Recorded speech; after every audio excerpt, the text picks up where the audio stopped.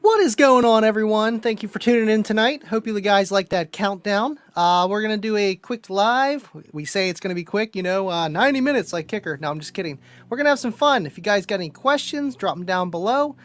Just hang out and talk about some car audio. And I kind of want to know what got you into car audio and when was that? So if you guys want to tell your story, I would love to hear it. Let's see if we got any other comments in the chat. I tried throwing them up during the intro there. Let's see. Oh, comments are going fast. Love from Trinidad. Hey, thanks for tuning in, man. Appreciate that. Sky Audio and Repairs. I've seen you before. Thank you, Matt Stark. Appreciate it, man. Thank you. 14.4 volt deviant in the chat. What's going on, guys? Thank you for tuning in.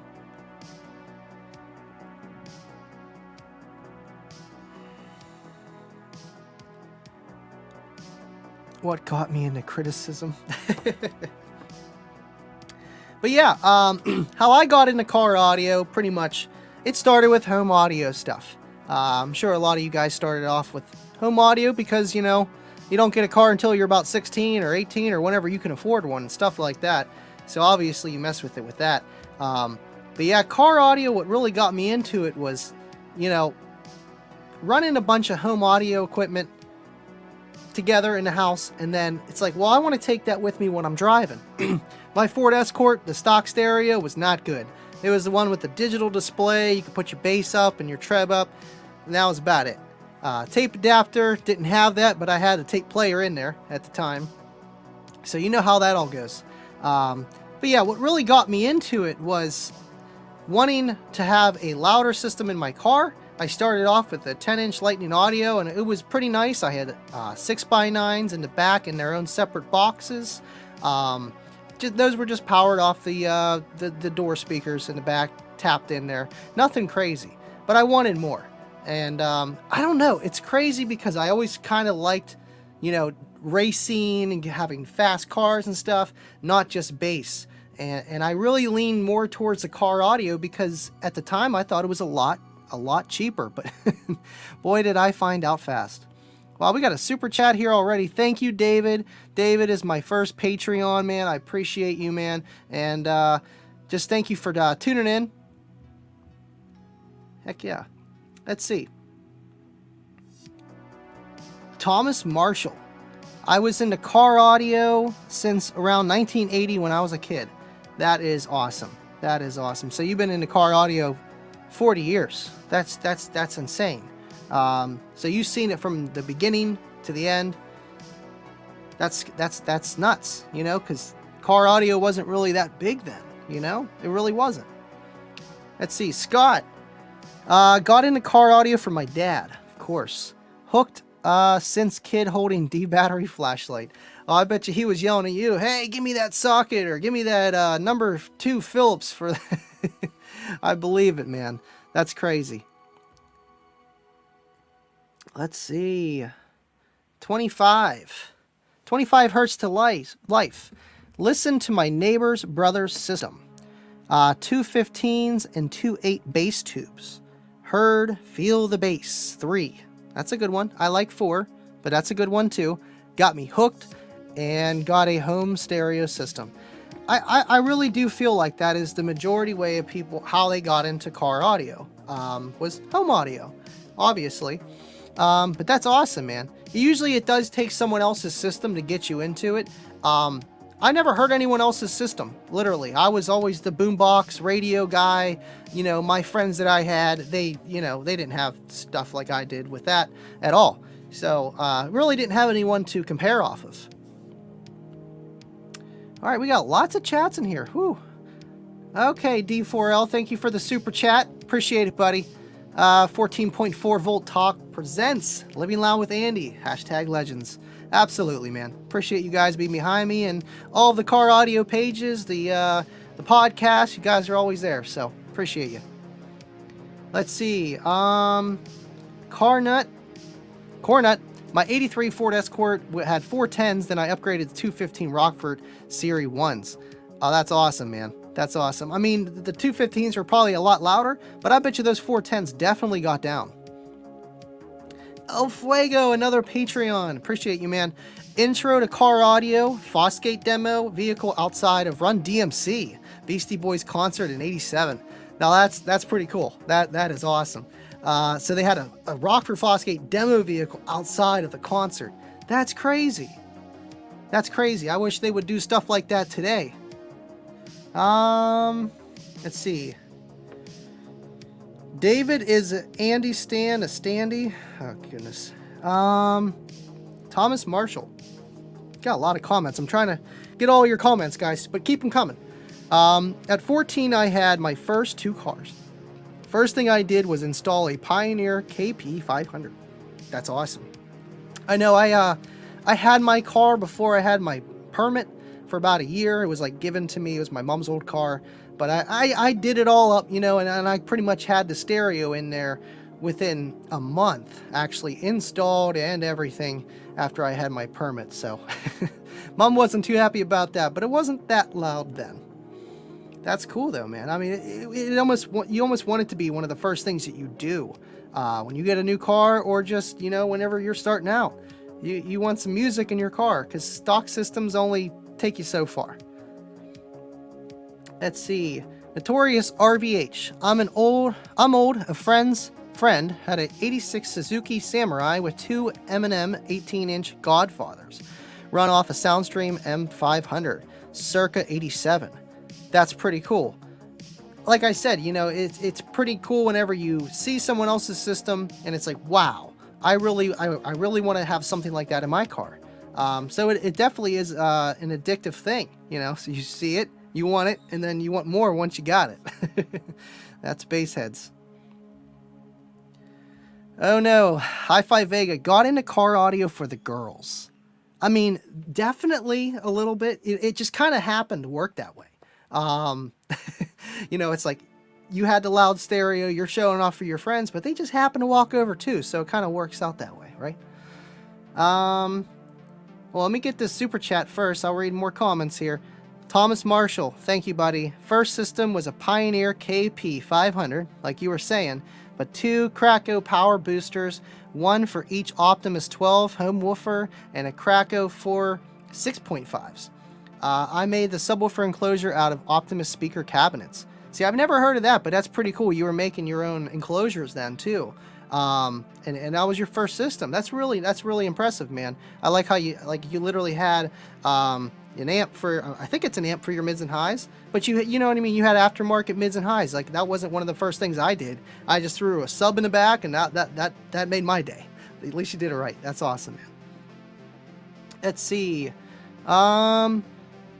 Scott, SD Designs, point the light right here, not here, not here, right here. That's all you gotta do. That's it. Let's see. Gil Lola, can you guess what my car meters? Okay, so you probably seen one of my other lives. I might do that one again. A lot of people did like that. 99 Mustang flat wall. Okay. 2DC level 6s. Okay, big boys. 18s on a Crescendo 55 BC at half ohm, box tuned to 39. I mean, you got a flat wall. You're tuned roughly where you kind of want to be for a wall to be loud. And you got it on a Crescendo 55 at half ohm, so you're probably seeing 4 or 5K almost, depending how efficient your box is. And on 218s, I would say a 55 all day. You should be able to get a 55 out of that system at probably like 44, 43 hertz, depending how big and small your port is and stuff like that, and the airspace of the wall. But that's a very nice system. I bet you that thing pounds. Maybe not a 55 because you're only clamping 4 or 5K, but it is a flat wall. You have a very small cabin too. You're in a 99 Mustang coupe, I'm guessing. And yeah, there's only so much space. But I bet you that sounds really good. I like the system, man. Let's see. Matt Stark. I got into car audio from a friend's dad that had a system in his truck. Okay, that's awesome. That is awesome. Obviously too, because they're probably older, because it was your dad's friend. And I mean, I'm sure, my kids are going to be like that too. Like, oh yeah, Bryson's dad, that's Andy McGill. Yeah, he got that kicker. And then they're like, what's a kicker? Heck yeah, that's awesome, man. All right, let me scoot down here. David. 2 LA Sound 12s on a QC 300 in my bedroom waiting to be able to drive. Oh no. In your bedroom waiting to be able to drive. Well, you can't drive. Did you lose your license or something? But that's cool. I never heard of the LA Sounds.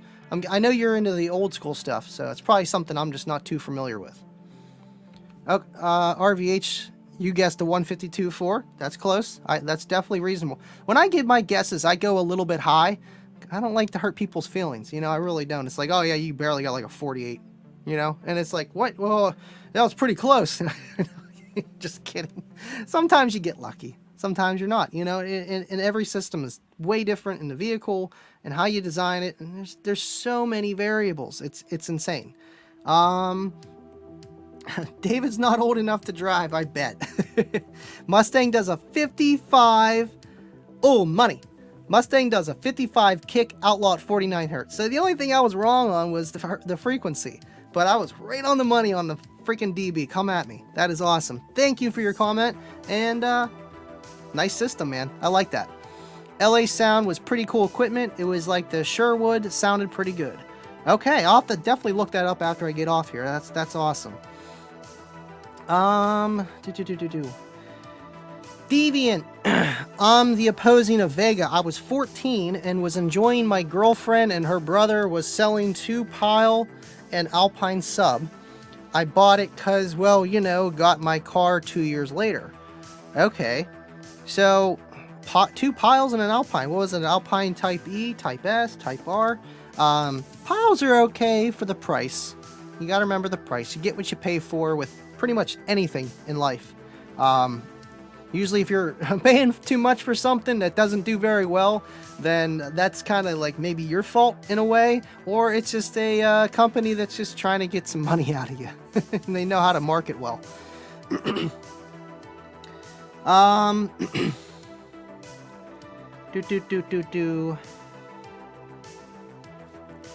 Scott, we need to do a show reviewing submitted rides and guessing SPL. Absolutely. I was going to do that as a video. That was actually Kayla's idea a long time ago. And I just never did it. And I was like, well, I'll do it as a live so people can, you know, comment their system and I can just do it on the fly. And, but definitely, dude, that's something you want to do. But the only reason I didn't do it that way is because I don't want people thinking that I'm cheating and that I'm going on their Facebook and I'm looking for their score. You know what I mean? But absolutely, dude. Definitely need to do that. I know, where are the likes, guys? I mean, I don't see the likes. I see how many people are in here. We got 21 people. Thank you guys for tuning in tonight. I know it's getting a little cold out. It's starting to feel like winter. But appreciate your time. Pile and Boss for the win. You know it. I mean, I kind of want to build a Boss system just because you'd have to get like the really big amp and like maybe like 412s and you'd be doing like maybe like 44, 45. You'd be coming with some authority. They'll be like, oh, what kind of system you got, Boss? What? Yeah, I got Boss. It's just done right, you know. Gotta expect what you're getting for what you're paying. Let's see here. This is a question to Scott. How hard do the level 2 Power Hogs, so the H2s, hit? I think those are the 1000 RMS. Quote me if I'm wrong. Or actually, the H2s are bigger than that. Or maybe they are 1000. I forget. But they are nice. They're like the middle of the road. I think that's what he actually has in his excursion. Very nice. Especially for the money. Oh, look at David. Just smash that like, guys. Give David the time of day, man. He's out here throwing money at you guys just to smash that like button. He's a competitive basehead in the market, and he just loves all these podcasts. He really does. I see him out there, and he seems like a really cool guy. I want to get him on one of these shows in the future. Him and Bobby B, too. I seen that show that Vega did with El Fuego, and El Fuego, too. I want to do that with the Patreons, but I got something else boiling, cooking for you guys, so appreciate it. But thank you, David. Thank you so much, man. Let's see here. Deviant. You guys need to have 14.4 volt talk judge the flea market buys. We legends, we support y'all. You talking about the scrap war, base wars? We need to have you as a judge? Absolutely, man. Absolutely. Talk to Scott or me. We want to get you guys on some podcasts. You won't even come on my podcast, but you're going, okay, that's fine. That works. That works. We need you guys. What's up, Justin, DIY audio guy from Sound Advice and all that kind of fun stuff. Thank you for joining in tonight, buddy. Let's see. Brian Townsend. Man, we got a lot of comments. Sorry, I'm trying to get to them, guys. First real system was in 1987. My 64 Impala, 6-full, with MB Quart mids and highs with 2 MTX Blue Thunder 10s. Ooh, nice. Powered by 2 Majestic amps. Spent my whole summer paycheck on it. That's pretty cool. Especially in the car that you had. That's a very iconic year for that model. You know what I mean? And you had it done right. MB Quart. I had one of their woofers. Sound Q, sound quality kind of stuff. But it's nice. I really like it. Especially for like your mids and highs. Be perfect. And then you got the MTX Blue Thunders. Never personally ran those. I know what those are. And 2 Majestic amps. Never seen them, but they sound majestic. It's a nice system, man. Let's see here. Scott says, come on. 14.4. Can if you want to come on. Gotta do the video. Come on. Let's see. I have a set of... Oh, I missed that one. Thomas Marshall said he had a set of the blue MTX Thunders. Cornet, one of my first aftermarket head units were Rockford Fosgate. I haven't seen a Rockford Fosgate head unit, except like stock applications like an Eclipses and stuff like that. I've never seen their head units. If I have, I must have just turned a blind eye or something. I missed it. DIY audio guy, Brian Townsend. My first sub was a Blue Thunder. I regret getting rid of it. I know, I still don't have my first subwoofer. I have my second. I have my dual. I'm missing my Lightning Audio. The one from Walmart. I gave it to a buddy of mine because it was blown anyway. But I kind of wish I would have held on to it for nostalgic reasons. That's why I don't get rid of nothing now. It's terrible. It's terrible. But hey, as long as I can make car audio content about it, why not? Yeah, I'm gonna have some fun with those duals. Was it really even loud back then? You know, we're gonna meter it and then eventually, I don't know if I'm gonna put it in 1 or 2 videos. Let me know if you guys want me to do an amp dyno video and an SPL test all in one video, or do you guys think I should split it up? Let me know. I'd like to hear what you guys have to say. Let's see, Scott would know. Rockford did Denian and MB Quart rebrand for radios. Okay, so they were pretty much behind it. That's pretty cool. There we go. See, RVH knows his stuff, Scott. He's been hiding in the shadows. We need to bring him on the podcast, bring him back. Cool guy. DIY audio guy. I'm never getting rid of another subwoofer. Gotta catch them all. Absolutely, man. What's a good price for 8-aught OFC speaker wired 100 feet? That's a Vega question.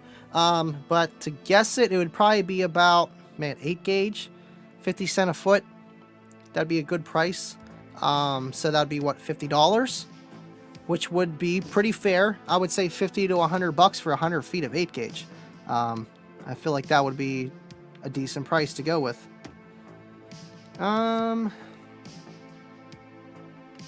Whoa, David's calling him out. 14.4 volt presents. You will never see my face, brought to you by 14. He's calling you out, guys. He's calling you out. You know, I mean, at least maybe we can do an audio portion section only and we can put a voice changer on you. Get you on. You know, hear exactly what you have to say. And then maybe we can break you in, you know. Put like a filter on you or something. You know, let me know what you guys want to do. Baby steps, whatever you want. That's funny, David. Let's see. Got lots of questions, man. Thank you, guys. Andy, I know you're a huge Kicker supporter. Sorry. Do you work for them as well? Not yet. I wish to one day, eventually. I feel like if my cards are played right, I'll be working for them in one way or another, eventually one day. That's not a dig. I just don't know. No, it's fine, man. That's what a lot of people think too. No, I am not paid by them. They hook me up on some stuff sometimes, you know, like pretty cool Kicker unmasked. Oh, come on, stupid camera. There we go. Unmasked cup, just like what Kip has on his show. Oh, it's reading my face. Living loud, Andy. So cool. Like they hook me up with stuff like that, but I'm not on a payroll. Not yet. Oh man, we got some more super chats in here, guys. Oh my goodness. Oh, Fuego. Hold on. Why can't I click on it? There we go. Thank you, El Fuego. First system a week after getting my license, a swap meet Fosgate box, and the Rocks knock off, running a Majestic 500 in a 65 four-door Fairlane Hoopty. Sold it a month later to upgrade. Wow, that's crazy. I mean, at least you had a system, and then you're like, well, I think I want a little bit more than just that. But I mean, that's a decent setup. You know, I think you brought up the Majestic amp before, or someone else did. Maybe it was a 64 Impala deal setup. But that's crazy. I mean, that's how some people do. They get a system, they put it together, and then they yank it back out. That's why I have one car for that, my Geo Metro. You know, it's like, well, I can put this in, pull this out, use it to test, you know, and try different stuff. But when it comes to the Eclipse, Solo X18, Cookie Monster, that's staying. That's staying. Can't switch that out. Thank you, El Fuego. Appreciate the time and the super chat. Yeah, I didn't even get to read the rest of the question here. Also just picked up 2 of the KXA 400.4s with the clip light and all KX doing it. Okay, so the 400.4 doesn't actually come with the bass knob. That's only the 400, the 800, 1200, 1600, and 2400 that work with the Bluetooth bass knob. They're nice. I wouldn't even really mess with them, honestly. They're a cool factor, but they do have their problems. Like you have to replace the batteries, and sometimes they can go little haywire, and you got to reset some stuff. But I mean, that's technology. What technology doesn't have faults? But yeah, I know I was kind of upset that the 400.4 didn't work with the Bluetooth bass knob. That's just for the subwoofer amps only. The mono blocks, the 20 hertz to 200 hertz kind of amplifier. But they are nice. They have the shock, and that adds bass that really isn't there. It's good for like old school music and stuff like that. Yeah, David, tell him, get on the show. Shots fired. Let's see. Samuel Seal. My first system was a Milwaukee boombox powered off a 12-volt power inverter.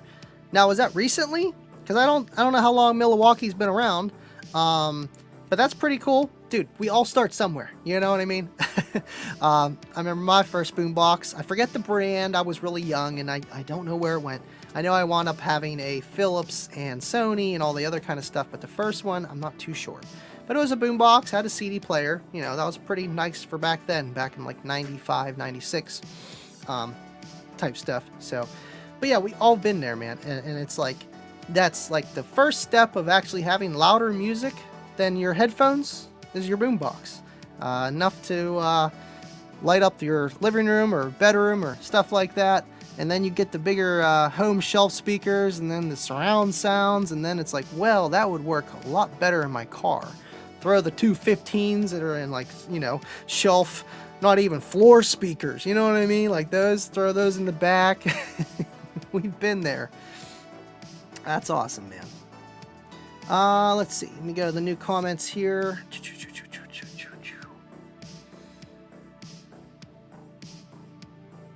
Now, yeah, thank you guys for telling me your stories and everything. It's just cool to know like how other people got into car audio, because it's your experience is not going to be the same as everyone else's. Oh man, we got some fire going down in the chat. Oh no. Like 6 years ago, I'm a youngin'. Oh, it's all good, man. What kind of system you got now? I know I've spoken to you before. Let's see. Core Nut. I had a car.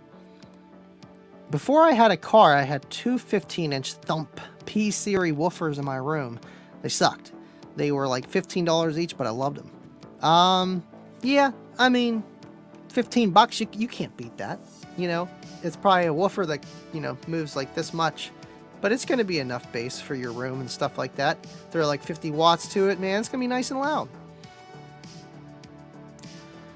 Jeff Cynical, that's cool. I used to be an installer guy in high school. Just for friends, then just for me, slow learner like me, who do better work than I do and want to install. That's cool, man. I mean, since you've been doing it in high school, that's awesome. That is awesome.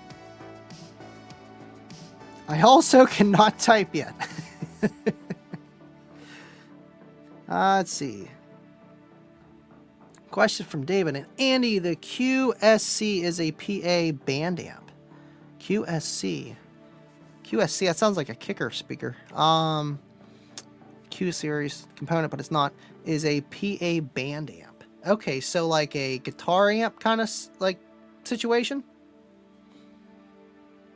I know they were talking about guitar amps and boxes and closures for them on the Sound Advice on Monday.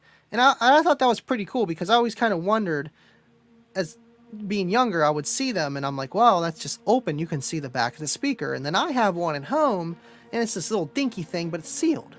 And I mean, it does make sense. I feel like they use the infinite baffle ones for like probably to get a better, deeper, richer sound, and then using the acoustics of the room to get the acoustical sound that they're looking for rather than using the enclosure to get whatever sound they want to get. That's my opinion on it. Let's see. The OSS meet is next weekend at Deviant's Log Cabin, Saturday 10 a.m. if nobody shows Beardy wins 2021.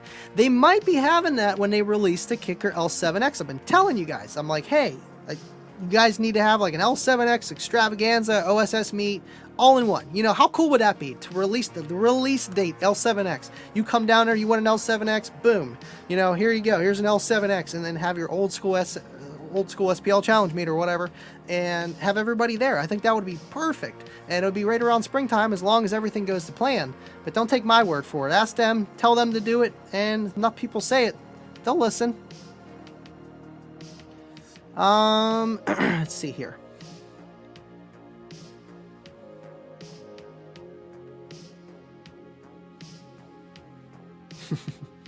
Does anyone else in here have a disturbing amount of car audio in the house?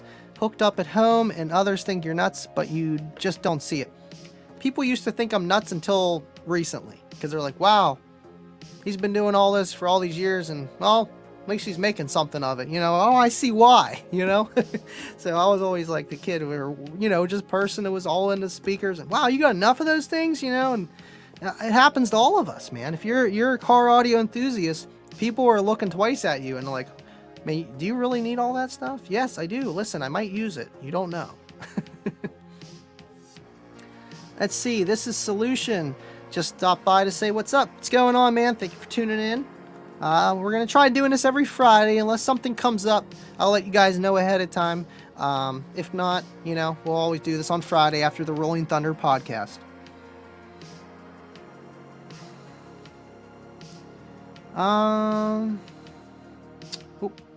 Wrong number. See, DIY audio guy. I had a Realistic System 1010 from Radio Shack back in the high school days. Got them for Christmas in '88. Still have the speakers. Use them to DJ frat parties in college. That's cool. I've heard Realistic Systems, like the brand. I've heard of that. And I know they're older. And I used to love Radio Shack, man. They always had cool stuff. And 90% of the time you walk in there, you don't buy anything. But I miss the store. Absolutely. And they had some good stuff from what I hear from other people. Okay, we got a new person in the chat here. Ronica160. I've seen you before, actually. My first amp was an MMATS mid-amp. One channel worked. Ooh. Got it from my buddy next street over. He had 4 subs running on it. I found out once I found MMAT's phone number and asked about the amp 50x2. Yeah, usually whenever a single channel goes out, it's because they were wiring it wrong, too low impedance, and actually blew just that channel and didn't blow the entire amplifier. And then it's like, well, I got another channel, so my amp still works, right? I mean, you can look at it that way. We've all been there. We've had an amp that, you know, one channel works or it doesn't. I mean, I just been involved with this kind of stuff for so long, and like, call it ghetto if you want, you know what I mean? But I've been around with that kind of stuff, so I understand. We've all been there. That's cool though, man. Especially your first system. It's not going to be a 150, 160 build, sundown, kicker. You know, you don't know. It could be anything. It could be second hand down stuff, or it can be stuff that was just cheap, or that you thought was good, or someone told you that it was.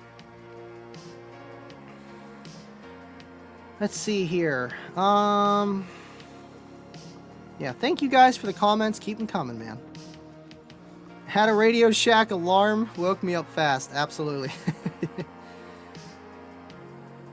Let's see. Radio Shack for the win. Absolutely. I have 3 rooms full of subwoofers blown and good ones. Wow. I mean, you do repairs, so you got to. You know, you're going to have some excess stuff, you know, you might never get to, or you might. No sense of throwing it away, you know, just mount it on the wall, make little shelves. Let's see here. Thomas Marshall. Closet packed, put up shelves in the room and pack them. My living room TV stand has 6 amps on it, and I have another house that I rent out with a basement loaded with equipment. Thomas Marshall, that's crazy.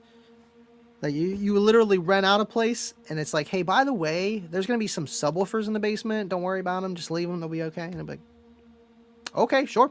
No problem. You know, that's cool. That's funny. Let's see. Justin, next town over, there is still a Radio Shack. They also sell car audio. Wow, really? They are a Memphis dealer. Might go buy something just to... That's the problem. There is the internet, and then all these other companies that are selling off the internet. I mean, it's just the internet at the end of the day. And most of the times when you buy something on the internet, it's gonna be cheaper than at a shop, because they got bills to pay, period, and they got to pay their employees, stuff like that. But it is sad. It is sad. But that's awesome. You're doing that, man.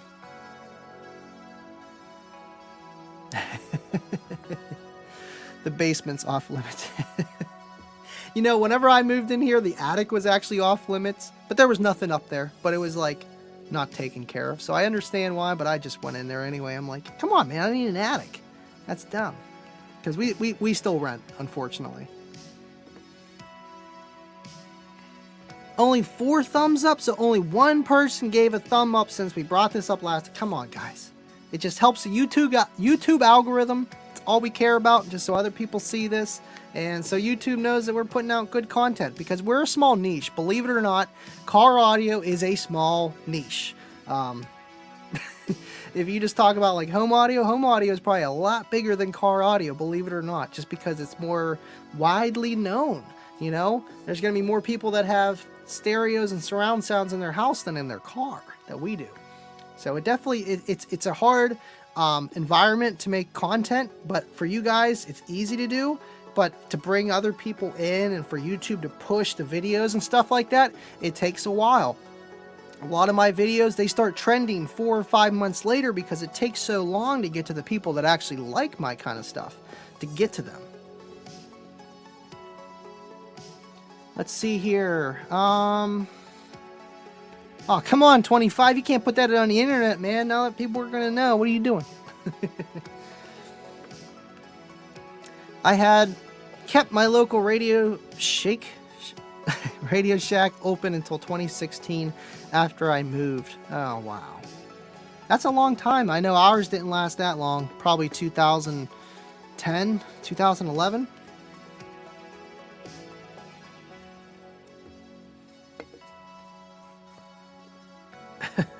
Truth. Thanks, buddy.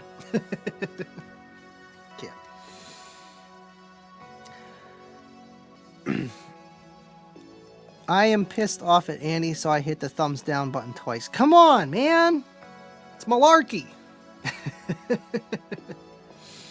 Nah, thank you guys for hanging out. You know, it's nice to do these podcasts between the Rolling Thunder and then the 12 Volt Talk, and then, you know, even the Kicker Unmasked. I'll be on there Tuesday. You got to check that out. I'll be fun with Rob and Derek.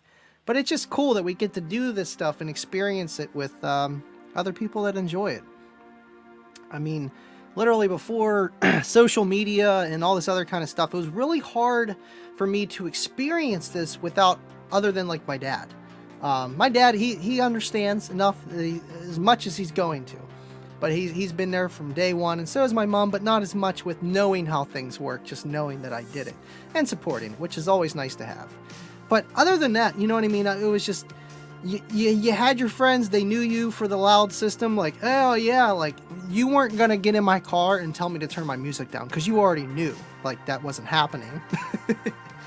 Other than that, it was hard to talk to people about car audio. It's not like, I'm not saying that I knew everything, but the people that I was around, I was a guy that knew everything about, at least what I thought at the time, you know, about car audio and stuff. There was no one to really like, hey, yeah, this will work with this, and oh, if you have any questions, come over sometime. Like, it was different. It was different. So it's really nice that we get to do these, have social media platforms, groups, and YouTube channels, podcasts, and all this other stuff where it's just at our fingertips and we can all connect. It's pretty nice. And it's sad whenever people get negative about stuff. But you know what? The tallest nail will get hammered. You start making waves, man, you're going to, you know, there's going to be haters out there, period. You just have to understand that.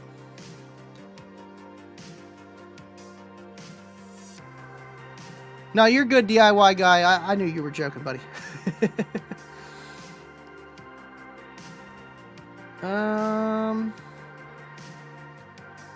Battle of YouTubers. I mean, I don't really see it as a battle. You know, we're all doing the same thing, and if you watch Justin's video, you watch Rob's, you watch Derek's, you watch Exo's, you watch anybody else that does YouTube and stuff like that, 9 chances out of 10, my video is going to pop up next. You know, we're there to help each other.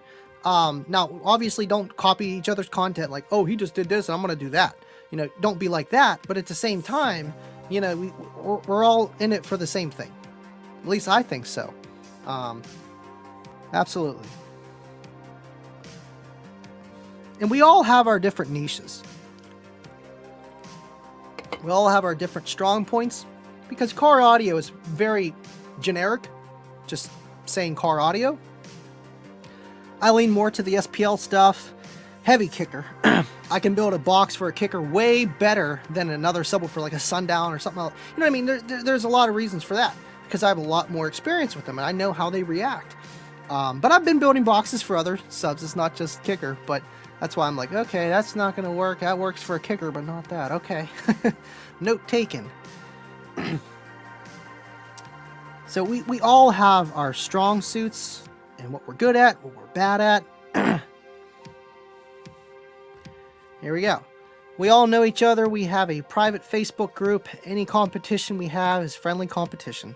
Absolutely. Yeah, I like how you made that group, Justin, so that people can go in there and talk about, you know, just the YouTube stuff. It's nice.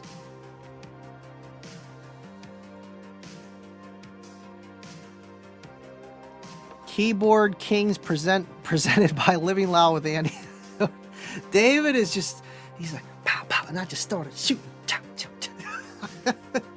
It's all in good love, right, guys? Right? High Five Vega, oh, he's coming in. Rising tide lifts all boats. Absolutely. Cornut, I'm subscribed to you all. That's good, man. That's awesome. Ooh. Deviant. I actually feel bad for some people. Real talk. There are car audio enthusiasts all around the world, been in the game for years, and had no way of knowing there was a two-man crew for Team.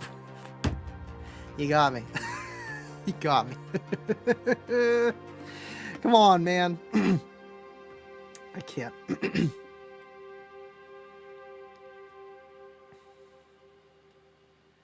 Andy, no worries. David's just... oh, come on. David's just mad because we were more popular than him in Larissa's eyes. Yeah, what's going on with you guys, man? If that was Kayla, she'd be coming in the chat and she'd be like... Pew, pew, pew, pew, pew, pew. ripping you guys, telling you. I don't know about that. David, you gotta do something there.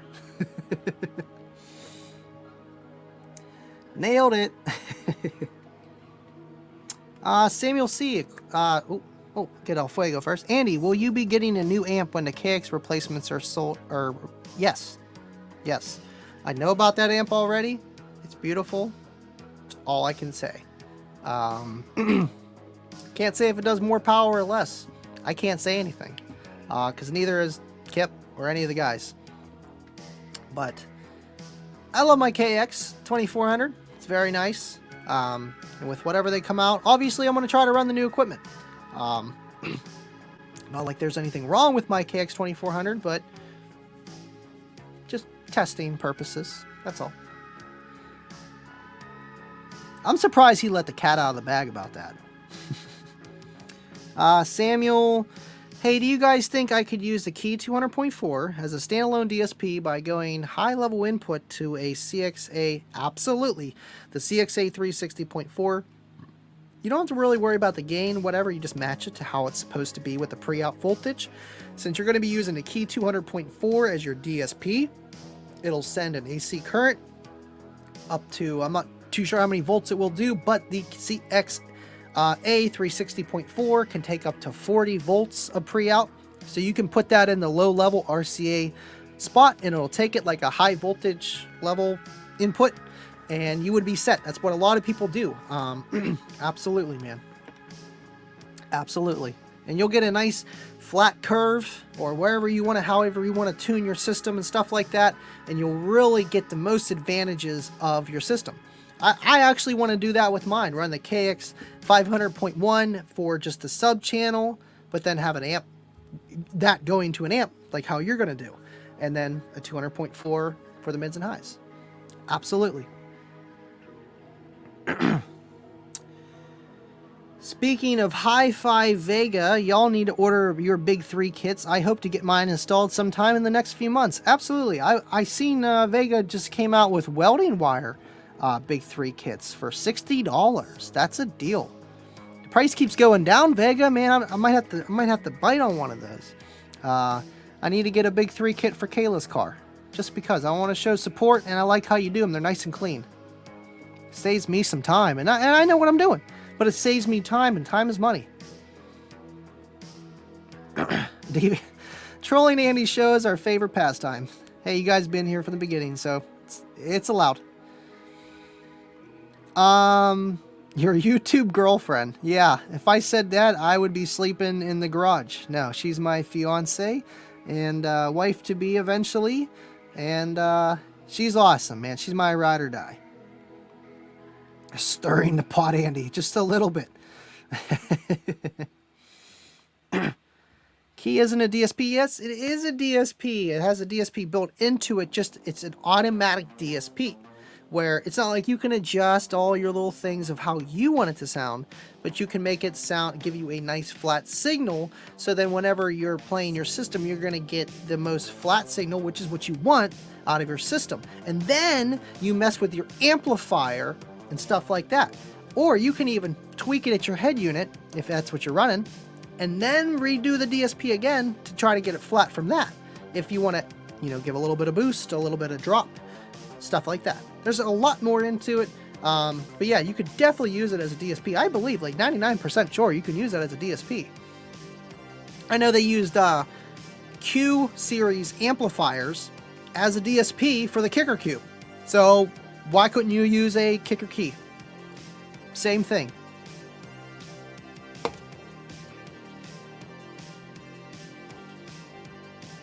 Yo, homie, what you doing Friday after Rolling Thunder? You already know. Damn straight. Thanks, Justin. I actually posted a few discounted kits on Facebook for $60. Okay, so those were discounted. I knew the price was lower. That's a pretty good deal, man. Damn straight. Oh, El Fuego coming out. I got the very first Hi-Fi Big 3 kit. Absolutely, El Fuego. Killer deal. Basic scooter ACC. When is the L7X coming out? And do you have an estimate on price? Quarter one, quarter two. I'm going to say springtime for you guys. Just think of spring. Before it starts getting hot, the L7X should be out. Now, price, that's going to vary, but depending on the economy and if there's some last minute, things that they have to put in, it could be higher, it could be lower. But from what Kip was saying, around $550 for the 12 and maybe more expensive for the 15, and then around like $450 for the 10. As of now, it's just the 10, 12, and 15 L7X. And whatever amplifier they got coming out, they're going to come out all together. So that's something cool to know too. The replacement of the KX line. Like they said, big subwoofers, you're going to need big power. Kicker, they ain't sleeping on no power, man. When they tell you what it does, it'll do it and then some. Larissa is still wondering why I am even in the chat. She thinks they get disability. Oh, God. Hey, you know what? She might be right, she might be wrong. But you know what? It is what it is.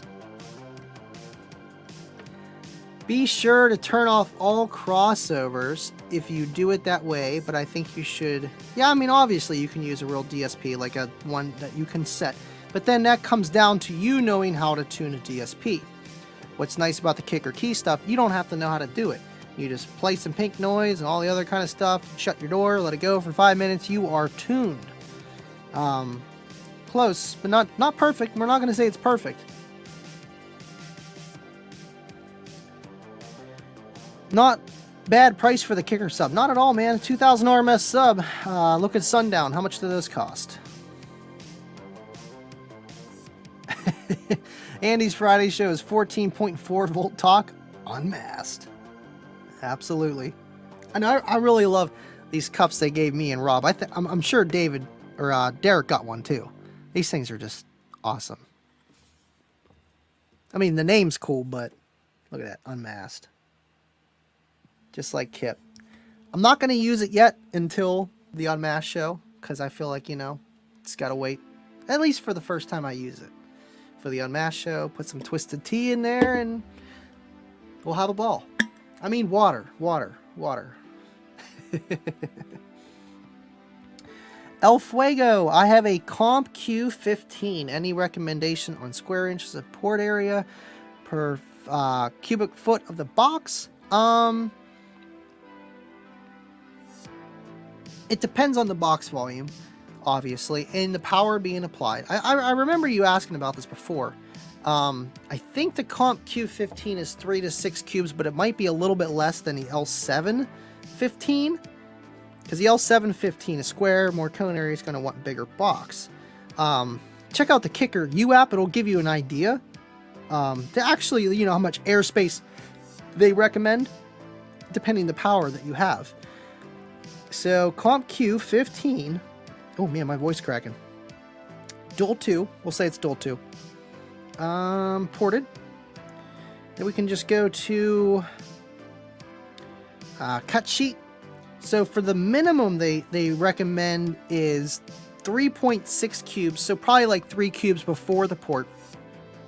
And then maximum is 6.5. So it's probably the 3 to 6 range again, just like I thought. Now on the 3 cube, it's saying 44 square inches, and then on the bigger one, 49 square inches. So the port area, as you can see, just because your box gets bigger doesn't mean you need a bigger port, because then you're going to have less loading acoustical spring because the enclosure is getting bigger. So if you make that port too big, you're going to it's just not going to be building any kind of pressure. But that is pretty cool, because I know the 15L7 in a 6 cube box requires a tad bit more airspace than that for the port. But what I would do, 49 square inches is close to an 8-inch arrow. An 8-inch arrow is 56 square inches. So you could go with a 56 square inch port, but then I wouldn't run it really, really big. I'd run it like 4.5 cubes. I wouldn't go too small. You can go small on Kicker on their recommended specs. They'll do good.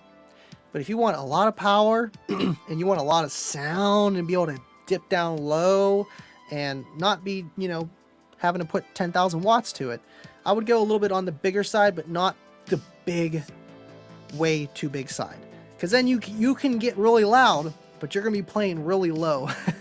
I know the L7s, they got a low FS, so they will dip low, especially the older L5s and stuff. They had an FS of like 23. Anyway, but yeah, I would definitely go 4.5 cubes, around 45 to 50 square inches of port. As long as you got a decent amount of power, I would at least have 1,000 RMS amp on there minimum. You could probably get away with a 1,600 RMS amp, and then I wouldn't go too much more than that, because then you might just be running into thermal or mechanical limitations, depending on the enclosure and how you're playing it. Let's see here.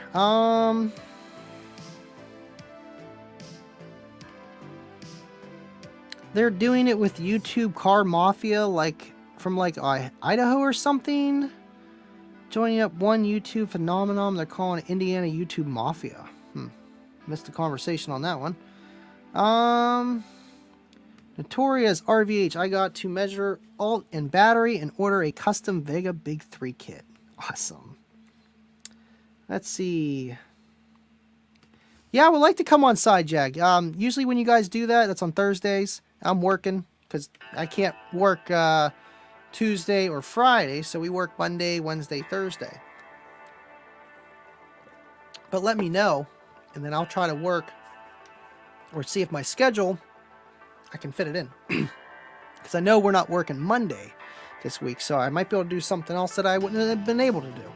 And stores are kind of slowing down, but you never know. They might come back too. But you let me know when you want me to come on, and I'll make it happen. I wish we could work on the weekends, but Sheets, they just don't want to shut down. I don't know why. They're like, it's Friday, it's Saturday. Oh, we don't want to close. But yeah, thank you for the invite, buddy. 25 knees, yeah. Let's see. We got Mike E. I just installed a PXA 300.4 powering channel 1 doors and channel 2 KS middlers in the dash, rear speakers on factory head unit, and it goes into protected half volume unless I fade mostly to the rear speakers. Ideas. Let's see. PXA, is that the little small amp? Doors, channel 2 middlers and dash, rear speakers on factory head unit. Okay, so the rear speakers aren't even mixed in with that PX300. And then amp goes protect unless I fade mostly to the rear. So that means that whenever you start putting a lot of power to just the amplifier itself, it's starting to shut off on you. So when you put the fade to the back, it's because you're just, in a sense, turning down the entire amplifier, because your amplifier is doing your front doors and your middlers. So it could be a few things. I would check impedance, how you have it wired. Even if it's not your impedance, of how you have it wired on each channel, if it's bridged or something. You got a lot of speakers on 4 channels, which can be fine, but it depends how you have it wired. But if you're just one speaker on one channel, one speaker on the other, and the middler, you should be fine. Now, with it shutting off at half volume, is that half amplitude of the amp, or is that half volume on your head unit? So there's 2 different ways to look at it. It could be already reaching its full potential, and then you're hitting electrical limits, probably more likely, but it could be just reaching the most the amp can do, and your electrical isn't strong enough, so it's shutting off, or you're just running it into straight clip and it's already at its full potential. Then it could be, okay, maybe the electrical's not good enough, so the voltage is dropping, so the amplifier's going in to protect before than it should with proper electrical. So what you kind of would go, there's a lot of things it could be. Start from the beginning. Check your connections. When you check your connections, make sure everything's tight. You can have a loose connection and your voltage is going to suffer really bad because you're going to have higher resistance and you're not going to get as much current going through there as you normally would because the resistance is higher. So, and you're at the same voltage. So anyway, long story short, check your connections and then check your voltage. Get a multimeter, go over everything. Play it, see what it's doing. See what the voltage is dropping down to, or if it's doing anything when it shuts off. And then after that, it's okay, let's turn some stuff down, reset your gains, if that's really the thing. But then you still have to pull out the multimeter, make sure all your resistances are checked, make sure that it's not wired too low. There can be a million different ways why an amplifier is going to protect. It could be even a loose connection on the amplifier itself. But it all depends. I would like to hear more about that. Let me know if you go over a few things. Just comment on any of my videos, say I was on your live, and this is how I fixed it. Let me know. Sorry for that last long explanation. I like stuff like that. I like troubleshooting.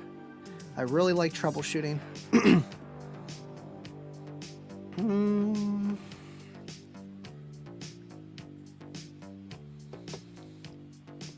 Shrimp pizza. I don't know about that, 25.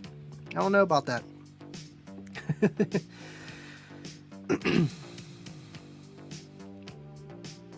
Go fund 25 hertz on Facebook so he can make just one shot. Oh, this chat is going crazy tonight. Let me get RVH real fast here. Andy, have you been to Berg Pizza and Wings in Bridge? Like best pizza everywhere, anywhere. No. I haven't been to really Pittsburgh too often recently. I'll have to definitely check that out. If it is actually in Pittsburgh, Berg's Pizza and Wings, I'll have to check that out. No, I never had that yet. Jeff, I have a question. Why don't people run like a 15 or an 18 tuned to like 20 to 40 hertz with its own box and amp, and then run an 8, 10, 12 tuned to 45 hertz and some mids, silk dome components? When you get into sound quality, yes, you can absolutely do that. I know a lot of people just try to fit, you know, a 10 and a 12 in the same box or, you know, beside each other. And I mean, the gains are minimal compared to what you could do.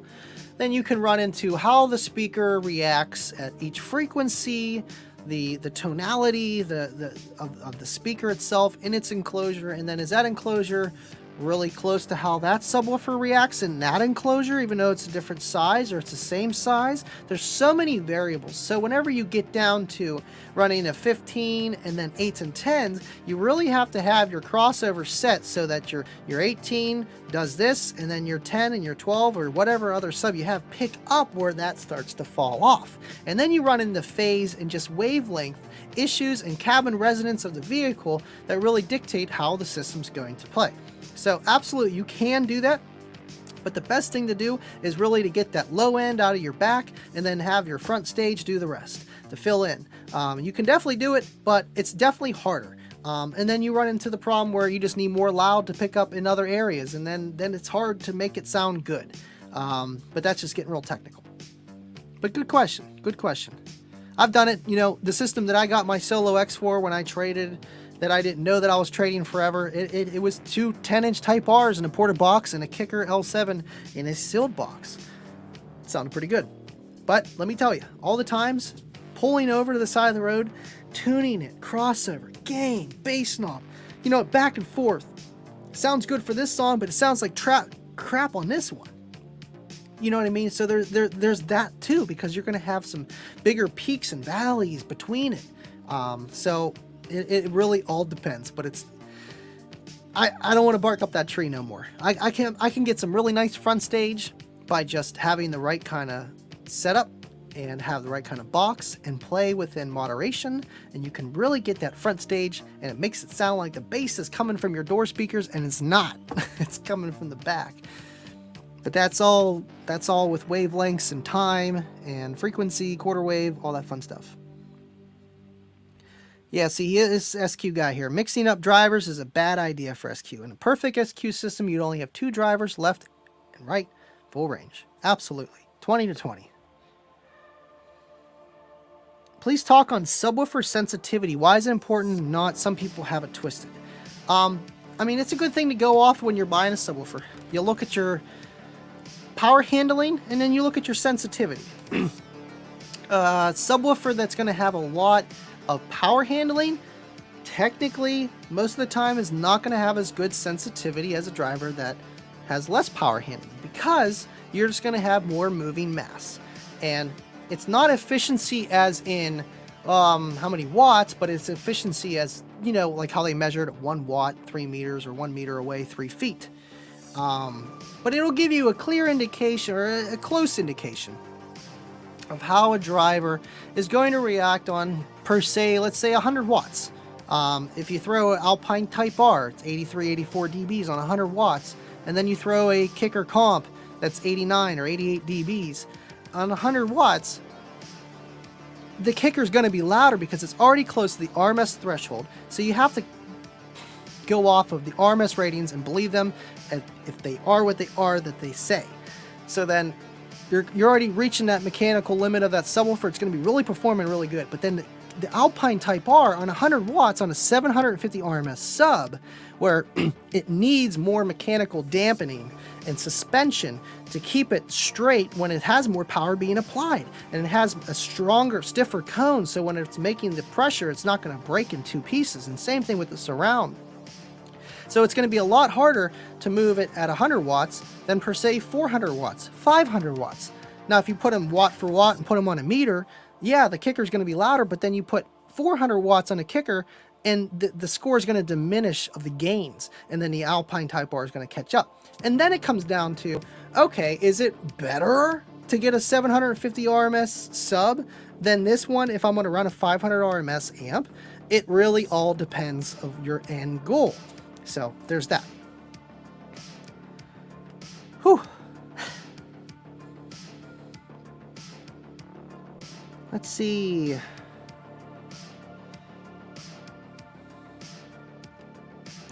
Andy talking like Kanye on Drink Champs right now. Whoa, 20 watching, 19 thumbs up. Hey, it's better than 4. I appreciate it. It's probably acoustical art, you know, he's just lurking. What can I find out to talk some smack on him on Unmasked or another show? Nah, it's all good, man. Just one. It's just one. Flattest response curve on a CR15 is tuned to 24 hertz and 4.5 cubic feet.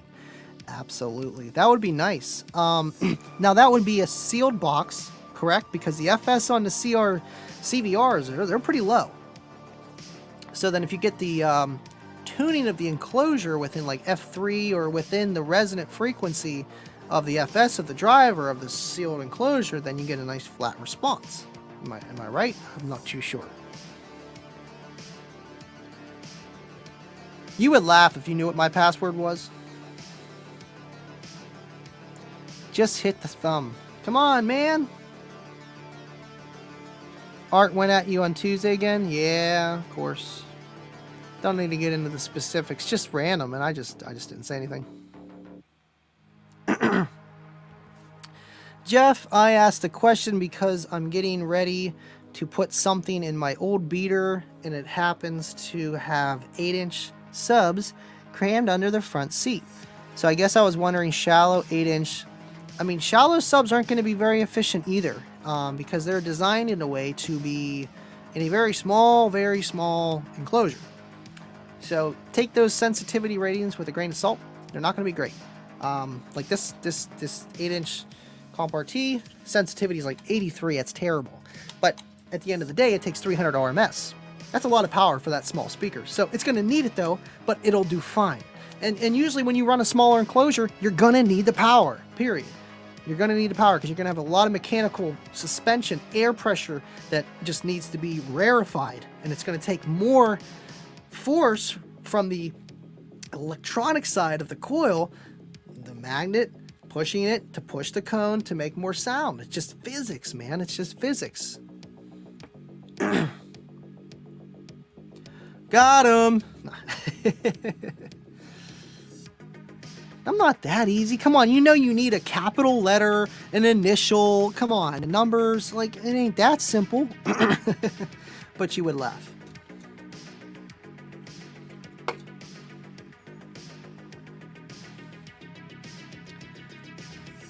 But yeah, he wasn't Acoustical Arts. He changed his name to Sound something. That's why you probably didn't see it. Ported. Okay, so you had it ported at 24 hertz. 4.5 cubes. 40 square inches of port area. It's going to get down. Probably won't need a lot of power either. Maybe like 900 RMS. And that's the... Well, that's not even... It's not the Comp Q. That's the CVR 15, which is 500 RMS. I have one of those. They're nice. This damn 3.5 jack is going. Thank you, Jeff. I appreciate you, buddy. You're a kicker fan, too. I know you quite well. Appreciate you hanging out. There we go. I know. Your video was very informational. I liked it. Just did a video on Hoffman's Iron Law. Andy had a guest spot. Go watch it. Small boxes don't make a lot of bass. Nope. They really don't. But you need to throw some power to them, and then they can. But then, can they play low? Kip is in the house. What is going on, Mr. Litzy? Thank you for joining in tonight. Oh, love the cup, by the way. This thing is awesome. Thank you so much. I know you had something to do with it. Let's see here. When's the Solo X coming out? You got Kip in the comments section. Maybe he can tell you. I think it's Q1, Q2, springtime. Something like that. Let's see. Every single comment. Kip, Kip, Kip, Kip. A little. Just a little. Thank you. That's cool though. Awesome, awesome. Gotta be nice, guys. Come on. Thank you, Jam. That's awesome, man. I appreciate that. Thank you. Thank you for tuning in tonight, too, man. Yeah, if you guys got any other questions, I think we went over a lot of people of how they got into car audio and what made them get into car audio, when, stuff like that, and all kinds of stuff. We did a lot tonight. Absolutely. Keep the comments going. Kip hangs in there. I might go till like another 20 minutes or so. Justin. Are you out, Justin? All right, buddy. Thank you for tuning in tonight, man. Appreciate it. An adult beverage. You know it. Just water.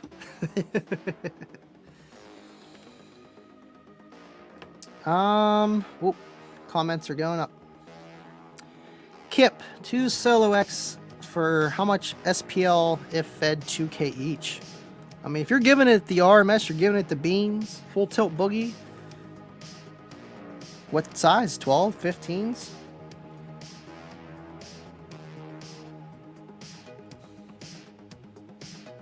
Kip, the pandemic has really screwed up development, manufacturing, and logistics.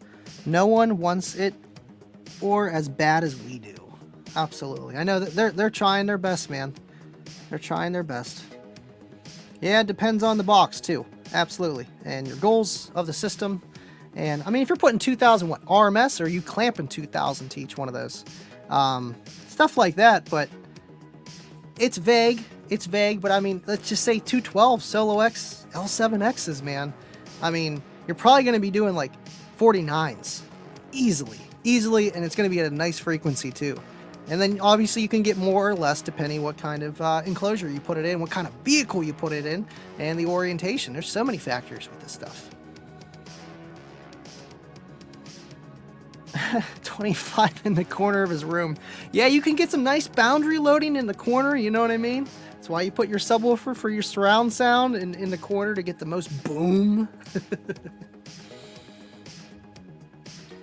Ronico160 at my second job cleaning and listening. Thank you for tuning in. That's what I do 90% of the time.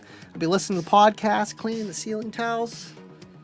I try to join in the comment section so that people know that I'm there, because if I don't, they'll be like, oh, Andy's not tuned in tonight.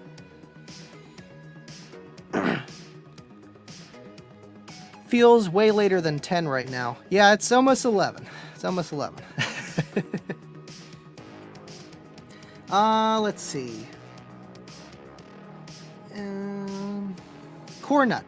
Any idea what the newer CXA 1800 actually puts out at 1 ohm? I don't. I have the 43 kicker 1800. Now the 46 will do it. It's supposed to do 18 at 1 and 2. But knowing that it's a CX line and not a KX line and stuff like that, I'm sure it'll do the 1800 watts at 1.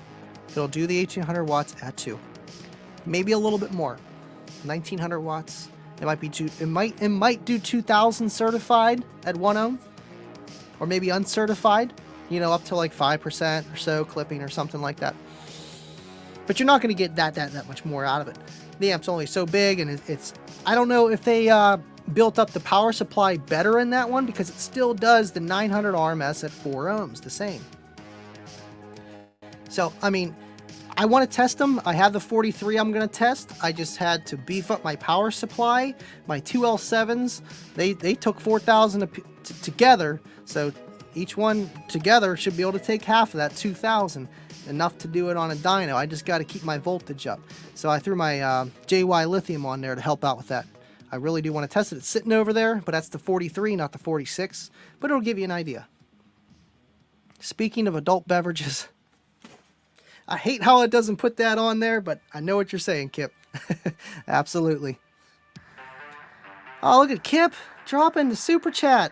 Good drinks are not free, and neither is gas. Thank you, Kip. Needed some gas, too. Appreciate that. Thank you for tuning in, too. And Tuesday's going to be a blast with me, you, Rob, and Derek for the 1-year anniversary for Kicker Unmasked with our Kicker Cups and everything. It's going to be fun. Absolutely. Let's see. Andy, you ever run a sealed box before? I love sealed boxes. I like them better than ported. I really do. Not for SPL per se, but just tonality, how a speaker sounds. I really like them. You can kind of tune them in a way by their size and stuff like that, but it really depends on the speaker you put in that box. I love sealed boxes. With the 2 L7s that I was talking about earlier, that I clamped 4,000 watts to, 2,000 a piece. You know, I had a CX 1800 on each one, and I had them wired at 1 ohm, so they were rising to 2, getting 2,000 out of each of them. And a little bit of clip, you know what I mean? But it was still doing the power. And did a 148.4 at 47 hertz. And that was at the dash. So it's a nice. It does a 49 in the kick. But I took that system out. Now that is my resistive reactive load test for my amp dynos. Yeah, Kayla has just an L7 or L5 Kicker 15 in her car right now, but it's on a CX 1800, so it sounds good. It's got enough power. I want to build a custom box for it. Did someone say cake? I can't. Cake sounds good too. You know what? We ate a bunch of cake the other day because we had Aaliyah's birthday, and then we had something else going on. Or we picked up one of those discounted cakes at Walmart. You know what I mean? It's like I don't need it, but it's like half off, so I'm gonna buy it. So we had so much cake. And then my parents brought over more cake that they had. I'm like, oh my God, I'm all caked out. All right, let's see. Kip again. The CX amps are legit. They do rate it a little bit more. The CX 400, 800 do a whole lot more. Absolutely. Yeah, you guys definitely put some headroom in those ones. Yeah, because I seen you guys did the 800.1 test. That was nice. And the 400. I believe you did both of them. This is a donation for 25 hertz in art small pockets. Ooh. All right, David. Thank you, buddy. He said, "Put your money where your mouth, or put your mouth where your money is, or whatever." Thank you, buddy. David got fat pockets. Got deep pockets there, Magoo. Heard that one time. Oh, it's SJC's birthday. Happy birthday, buddy. I didn't even see your comment. They're flying down here. Let's see. Higher impedance is more efficient. Absolutely. Box rise. Just because you have high box rise, high impedance rise, curve of your box, doesn't mean it's bad. It means you got a good box.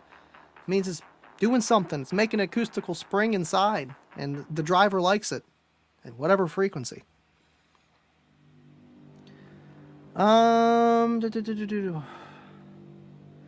Andy killing it tonight.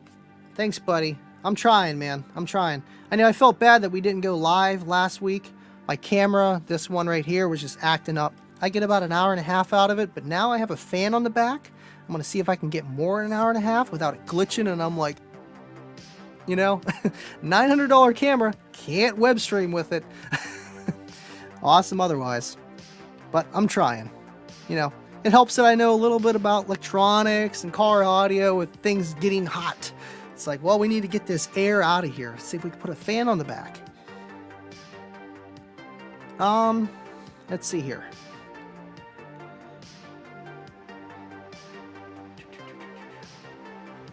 That is the 46 version, the CXA. It'll do rated at 1 and 2 ohms. You can ask Kip more about that. That might be his, what's it called? Lightly power regulated. He quotes lightly power regulated. Not a fully power regulated like a Rockford Fosgate BDCP or a JL/, but it's got the power supply to do it at 2 ohms. It's pretty much almost a 2 ohm amplifier, and then they make it be able to do it at 1 ohm as well without blowing up. I think that's the best way to put it. Because you're not going to see 1 ohm anyway unless you wire it half, and then you should be able to be okay to do a burst at 1 ohm and it not blow up. I think that's the point of that. Yeah, happy birthday, SJC, man. Thank you for tuning in, too. Wait, it's your birthday, too? You better not be lying, man. Happy birthday. Thank you for tuning in, buddy. Let's see. More comments. Run it free air and watch them slap. Absolutely. That's how you get some resonant frequency. FS. After 21, you don't say it's my birthday. Absolutely getting too old.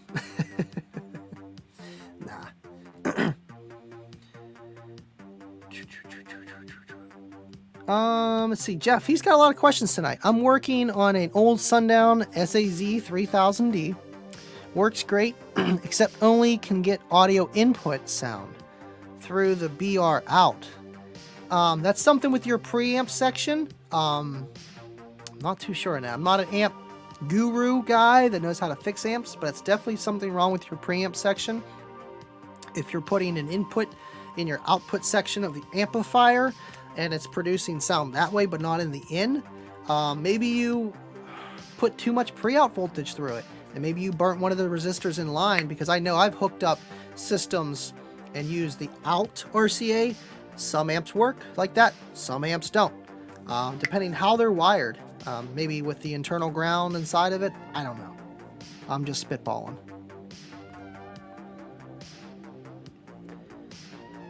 Let's see.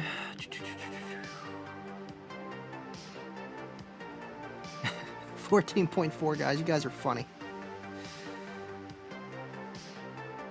What's the advantages of running 2 amps? I like 2 amps just for wiring configurations, and then there's still limitations on that.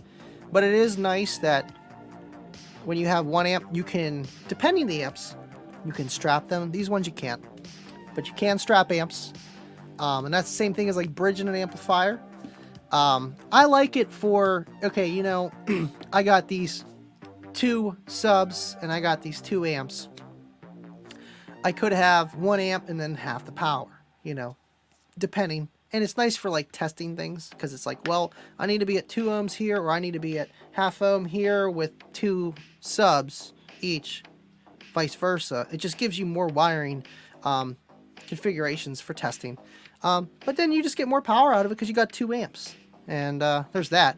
But not really any advantages per se. It might be an advantage in your situation, depending what you got. But I like it because I got 2 dual 2s, and I wire them at 1 ohm on the CX43, which is the 2 ohm version. I wired at 1 ohm, but after rise, the lowest I see is like 2.4, and my box is very small. So the impedance isn't great, but because it's so small, it also, once you start dishing the power to it, the efficiency drops.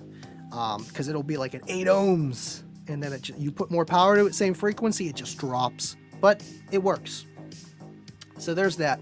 But yeah, man, otherwise I probably wouldn't be able to run those otherwise at 2 ohms on 1 amp, and that's okay, but I'm probably only going to be getting around 700 to 900 watts instead of 2,000, 3,000, 4,000, just that setup. It all depends on your wiring configurations and what you have. Do you mean the original 32-hour show? That's probably a question for... The CXA 400 800 are newer designs in the line and create full rated power at 1 ohm.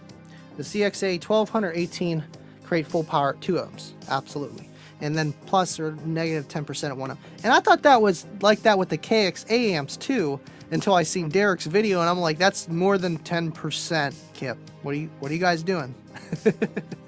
3,500 watts from 2,400 is not 10%. That's cool though.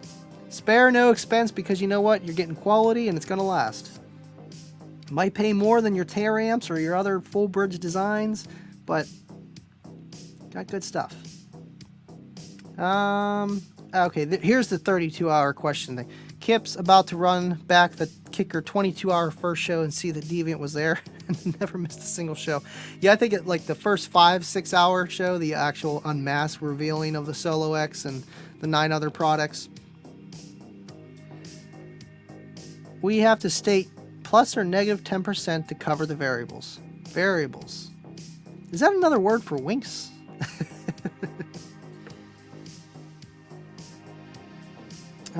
25 thumbs up. Wow, that's got to be a record. Thank you guys. And we got 26 people watching, so that literally everyone but that one guy ain't liking. Come on, man. Come on. No, it's okay. Thank you guys. I appreciate the time that you're hanging out and the questions. We're just having a good time here. And Kip's here. Come on, it's always a good time when Kip's hanging out. He's a busy guy. He's busy.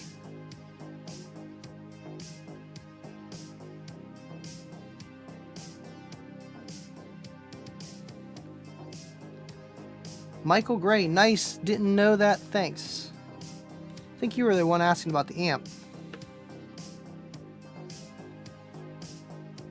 Yep.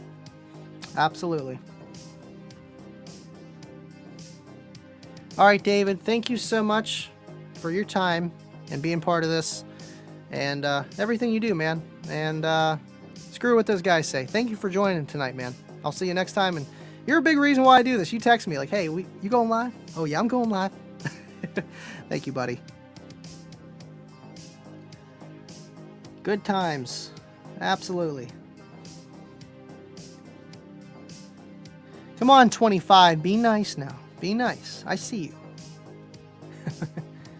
Let's see. Kip said, part tolerance and voltage and how hard it is driven and... True. Right, because maybe, I don't know what you guys certify, probably each amp's different, like the DX, CX, KX, whatever, Q.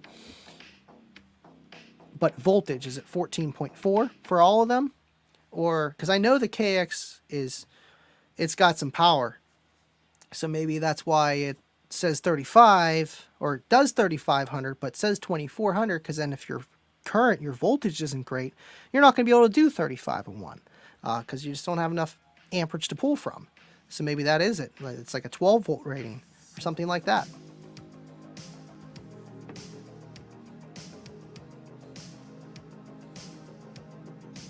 Thanks, 25. Appreciate it, buddy. There we go. There's a comment.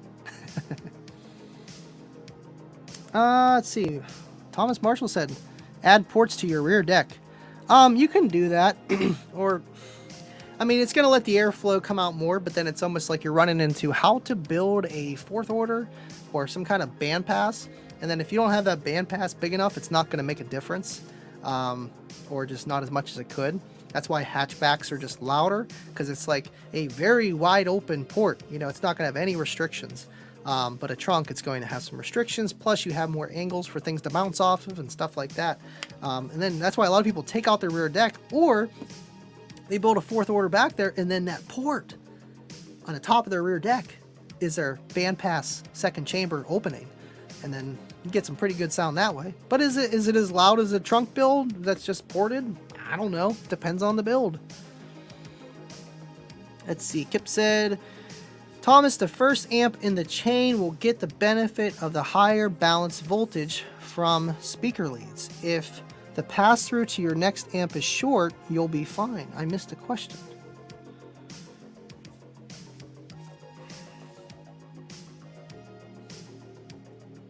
Oh, Michael Gray, what's the best way to get more bass into a car cabin with no fold-down seats? Right, to open it up, because you just got to have the air coming through like we were saying. But it's really hard. I see a lot of guys, they have some nice old classics, and they got like 215s and like 3K, and they're doing like a 44. And I'm like, you got a lot of rattle, but none of the sound is coming through the car. And it's just, because there's a restriction there, it's just going to try to escape where there's less pressure, which is the trunk lid. And it's not going to come inside the car. So you kind of almost have to alleviate like pressure, like fluid dynamics, stuff like that. So yeah, just take out your back seat, or you could just build like a little wall and don't have a back seat, make it out of plexiglass. You can do some crazy stuff. But I really don't suggest people to put systems in those cars, because it's going to be a lot harder to be louder, because you got restrictions. You can't fold down the seats. The bass is going to be, it'll go through the seat fine, but then there's a lot of metal that's in the way, and it just, everything adds up eventually, and it's going to kill your sound. You know, you go to a stereo competition, I've seen it so many times, people meter, and I'll be like, all right, you go with that score? They'll be like, yeah, I'm good with that score. I go get ready to take the meter out, and I'm like, your seats aren't even down. They're like, oh wait, I can put those down. I'm like, yeah, and their score goes up a dB and a half. A dB and a half, it's not very, very noticeable, but when you're driving it every day and you want a little gain, that's the easiest way to do it. You're gonna need, I wouldn't even mess with it with the rear deck unless you take the whole thing out, and then that might make it sound better, but then you might lose some structural support that you need for your car.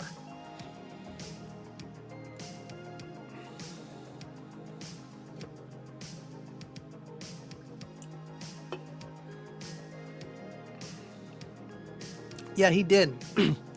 Steve Mead was at that green car, and the guy kind of had something like that. He just refinished it and made it better. And I liked how he did it. It looked very clean. Like you couldn't even see the port. It actually had a mesh covering over top. But exactly, because he knew that, like, okay, I want to have some port tuning in a way for this air to come out. Otherwise, you're going to run into chuffing, and it's not really going to act as a port. Not.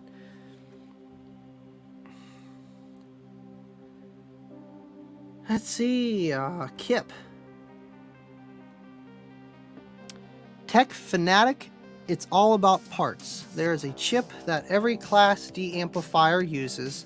They are short supply. Yeah, the chips. That's affecting everyone's ability to bring amps Class D to market. Right. It's something with the chip company that made all the chips for everyone, and that's what went down, and they're slowly rebuilding that back. Yeah, it's not just kicker.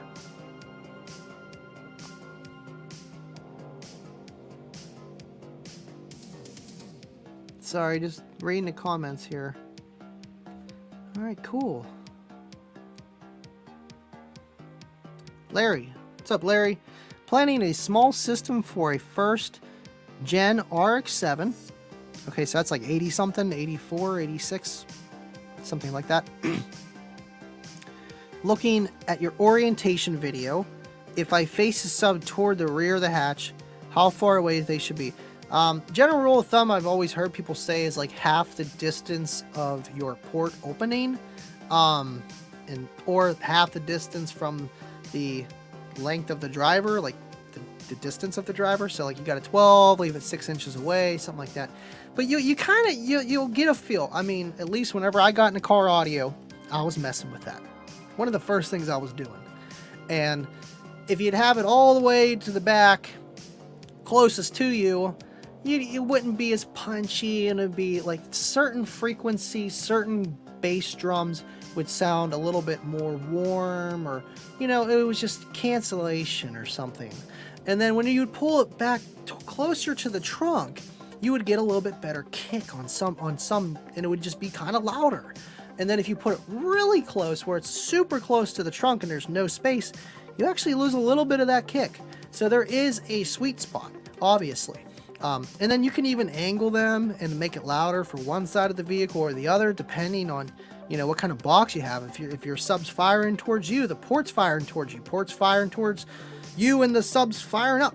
There's all different orientations. So, and just how waves work, the best way to do it is just try different things and try different songs. See what sounds best, man. That's what I used to do for years. Now I'm just kind of like, well, this sounds good. This is how it's going to work. This is what I can play.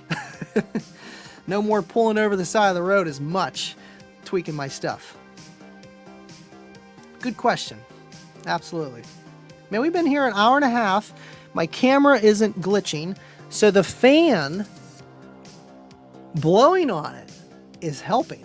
I don't even have my AC on, so this is good. So we should be good for the Kicker on Mash show Tuesday, and my camera shouldn't go into protect and start glitching on me. So that's good. Absolutely. I'm happy. And thank you guys for hanging out. I like the questions. I wasn't feeling too good today. Not gonna lie, I got back from a store real late last night.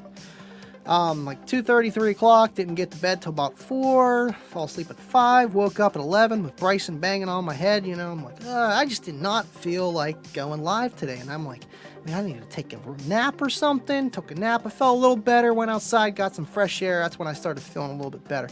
Like, all right, I can do this. Once I'm starting rolling, though, it's good. It's no problem. So thank you guys for being here. You guys are my support and why I do what I do. Let's see, RVH, 210s firing up into the hatch, glass port back, sounds amazing. Absolutely, sub up port back is a very good way to be loud in hatchbacks. SUVs, absolutely. Trunks, they work. You get a lot more rattle, believe it or not, just because that sub is firing straight up and you're getting that doom, doom, doom, doom, doom, doom, doom from the top rear deck. More. It's weird. Maybe it's just in my mind, I swear. I swear it's more rattle. Let's see here. Hey, thank you for tuning in, man. Thank you. I appreciate it.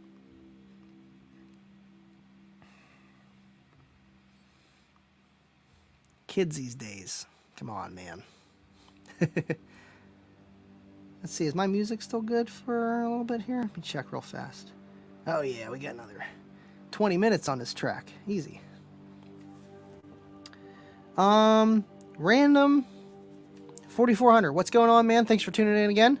So I've recently purchased a car subwoofer to upgrade my powered sub. Will I need a gasket, or because the sub has a rubber surround, it won't need one? Wait a minute. So I've recently purchased a car sub to upgrade my powered sub. A gasket? Okay, so you have a powered sub box. I'm guessing it's an enclosure with a subwoofer and an amp section on the side with like a plug-in with a bunch of wires. And then you want to replace the sub. The sub should screw right out. There should be bolts either behind the mesh if they have if it's mesh covered or something like that. And you just pull the entire thing out and replace it with another woofer. And then one thing I would look into is impedance. Make sure that the impedance is right so that you're not hurting your amplifier. Because a lot of those built-in 1 amplifiers are usually like a 4 ohm amplifier. They're not even a 2 ohm. So I would definitely look into that. Every car manufacturer is suffering because of electronic part shortages. Absolutely. And that's what's terrible about all of this right now. It's terrible. The wink is legendary. Absolutely. A sub like the L7X needs an amp, so I know they were asking about it, Kip. They were asking. I didn't say nothing. I didn't say nothing, I swear. You can go back and look. I didn't say anything. Definitely need some power, though. KX2400 probably do the job, but a little bit more power wouldn't hurt. Just to have it. Cool, cool, cool. We got 26 people up in here still. That's awesome. Michael, he said, I'm done. I'm not building a port. I'm not taking the 6x9s out. I'm ripping the back seats out. That's when you know things are getting serious. When you're pulling your seats out, getting loud, bro. Absolutely. I mean, you could take them out. Check out your support beams if it has them. Maybe build your own, where it's going to be kind of strong, and then you could almost build your own back seat in a way, like maybe like little supports, just enough where you can lean back, and if someone's sitting back there, they're not going to just fall through the trunk. Do you know what I mean? If you still want to use your back seats, make it look clean. Make it look like it's supposed to be there or not. That's one thing my buddy Tony always taught me. Make it look like it's supposed to be, period, when you're doing something. Go all in.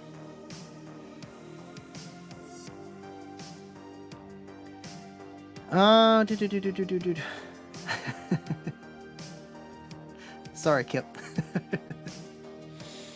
Let's see. GM net income dropped 40%. Jesus. This past year because they can't get parts for ECM or BCM for the computers of their cars. That's crazy. GM's a big company. Ford. Or no, Chevy. Yeah, Chevy. And wait, GM. Yeah, Chevy was Saturn. And Pontiac. Someone else. I know I'm forgetting somebody.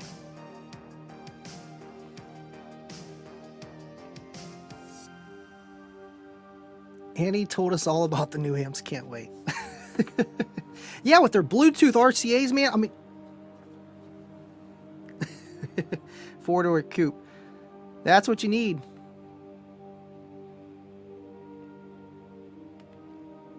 Mark Cameron, second that. Definitely need the X. The X needs the amp. Blah, blah, blah. Absolutely. Need power to make power. Need some power to move those woofers. Spilled the beans. What am I missing here? Random 44. I'm looking for a good subwoofer amplifier for cheap that can output 200 watts or over. What would you recommend? Well, gotta figure out what subwoofer you're going to wire on it, or wait. Yeah, what subwoofer for impedance. But I mean, 200 watts, I mean, it depends your budget, but your budget's pretty narrow anyway, because 200 watts is a lot easier to come by than it once was. You can go with Kicker, Kenwood, even stuff at Walmart. You can get some pretty decent stuff that's going to power that subwoofer for 200 watts. I'm trying to think. Because they literally have, there's so many options. Let me know your woofer so I can kind of give you something that's not going to kill it, and the price is going to be there.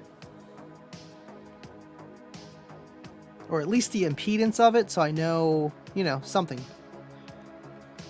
Let's see. Get on the show. Oh man, what's going on in the chat? Let's see. Saturn for the win. I loved my Saturn. I had the 2001 Saturn Sports Coupe 2. Twin cam. Had the suicide door on one side. It was nice. Had the moonroof. I didn't have the leather seats. Automatic. Slow.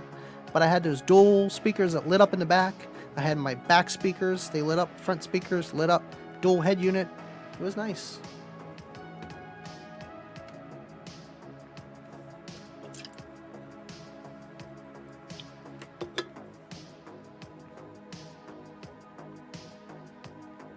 Ain't gonna say Boss.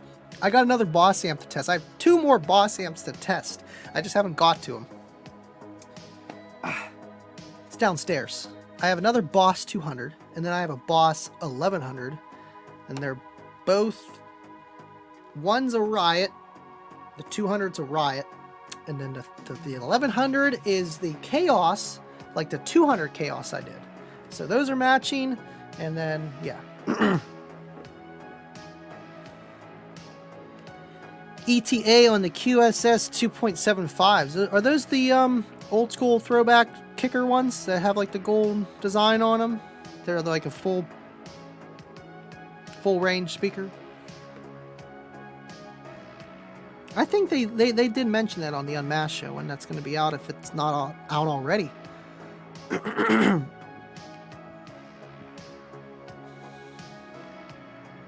Absolutely. Like a Care Bear.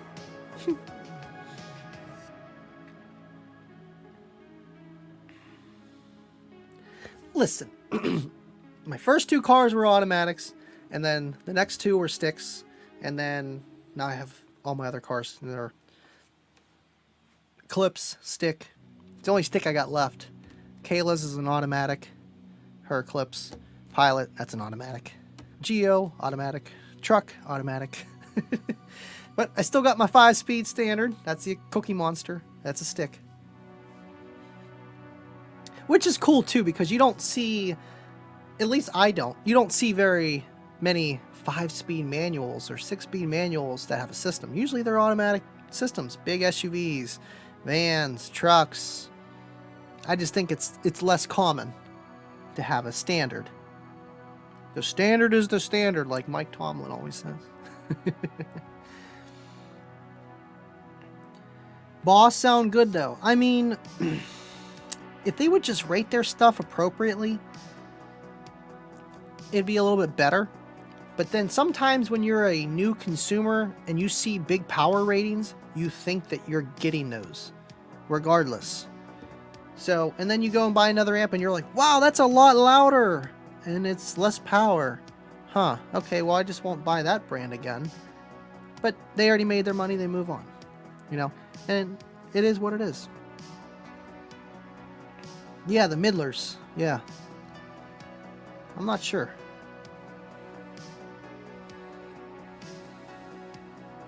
Here's your answer. I am sure we just shipped out a bunch of those to dealers. Yeah, they're going to take care of their dealers, third-party retailers first before they're going to have them on the Kicker website. When they got everyone else stocked and their tummy's full, then they take care of their website.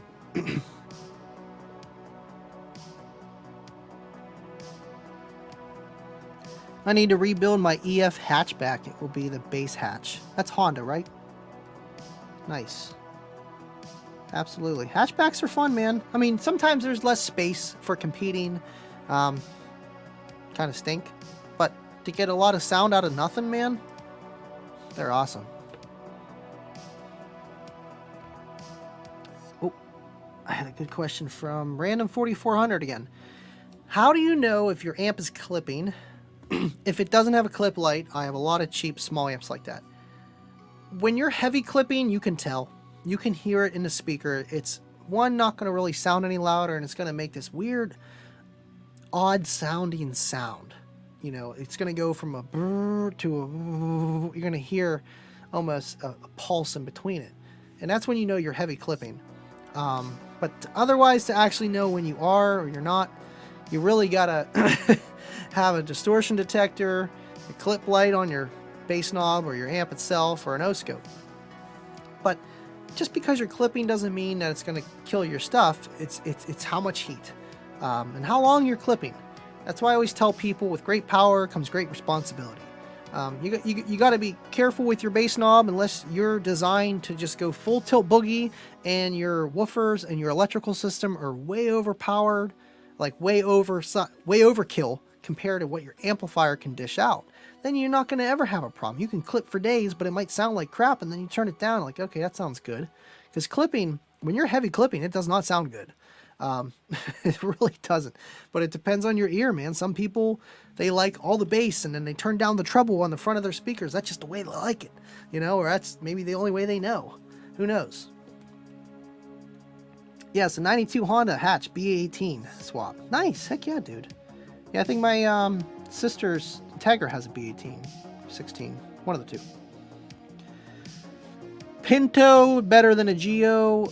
Oh, come on, a Daewoo's better. I got a Chevy Geo Metro. It's a Chevy Metro, because Chevy actually owns Geo. They did.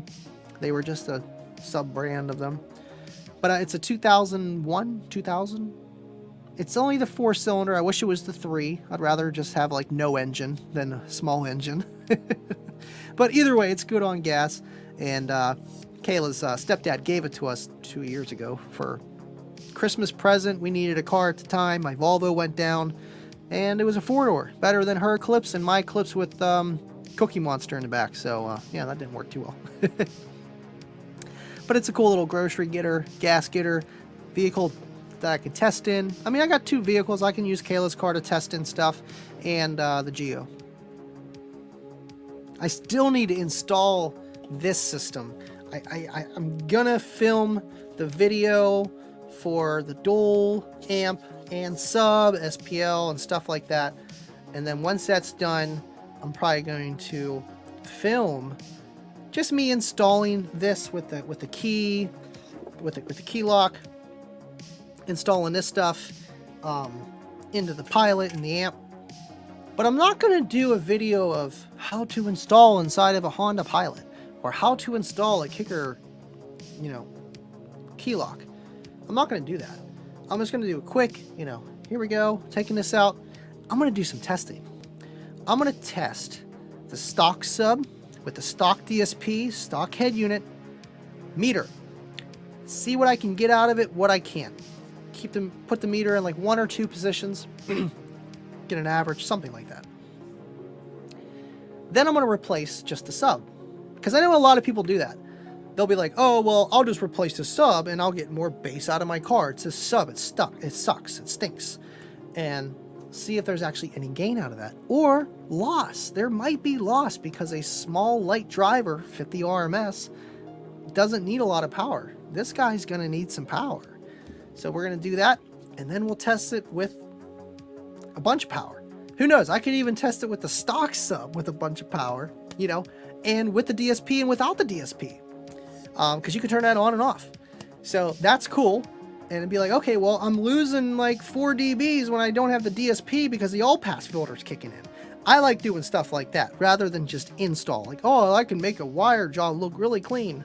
I'm not the best at it. I mean, I'm good. You're not going to see no wires, but it's not something I enjoy. I like testing. Still got 22 people in here. This is crazy. 1 hour and 50 minutes long. Definitely going to cut it by 2 hours. Definitely. Let's see.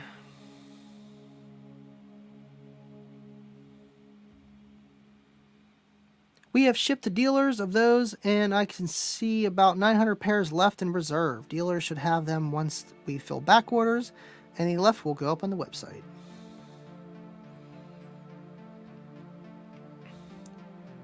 Sister has 2 whips. She's single. Asking. Yeah, my sister's not single. She's happily married. She's 43. Let's see. It's not a Chevy, it's a Toyota Corolla. Alright, RVH, thanks for hanging out. Don't know if I caught you in time, but thank you for your support, hanging out with us.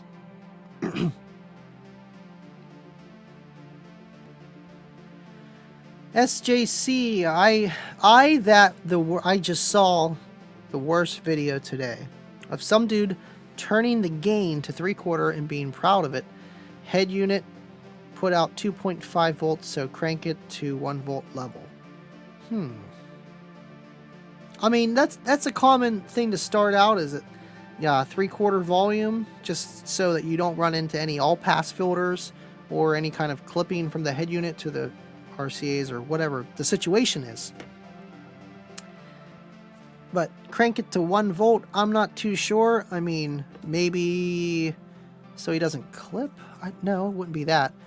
I mean, it depends. I mean, you want pre-out voltage. Better pre-out voltage, I feel like you just get better sound quality. Your gain doesn't have to be turned up as high. When Kicker L7X relist in the price. Q1, Q2, it'll be out. Price is still to be determined. We're going to say around the $500 range above and below for all their sizes. So it's going to be a competitive price within the market. Thank you, Ashy. Love you too, man. Thanks for hanging out, dude. You out, David? Thank you for hanging, man. Appreciate it. Mommy said time for bed, then you go to bed. You go to bed. Thanks for hanging out, man. Okay, you guys are just getting crazy. Let's see. 6 volt is low and 1 volt was low range, basically clipping. Oh, I know what you're saying. So he had 2.5 volts of actual pre-out and set it at 1 volt on the dial on the amp. Yeah, you'd be clipping then. Because you need to set it at 2.5 if you have 2.5 coming in. That's all a gain does, is matches the preamp voltage to the amplifier. That's it. Anything more, you're just trying to get more out of the amp that's not going to be there. I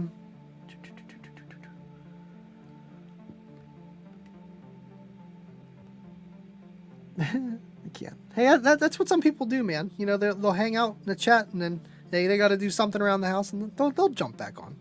I do it sometimes too. Right.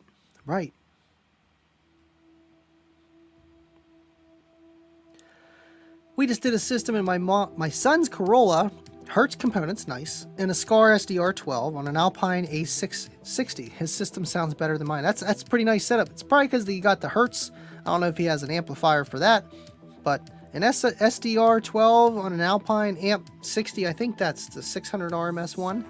That's going to sound pretty good.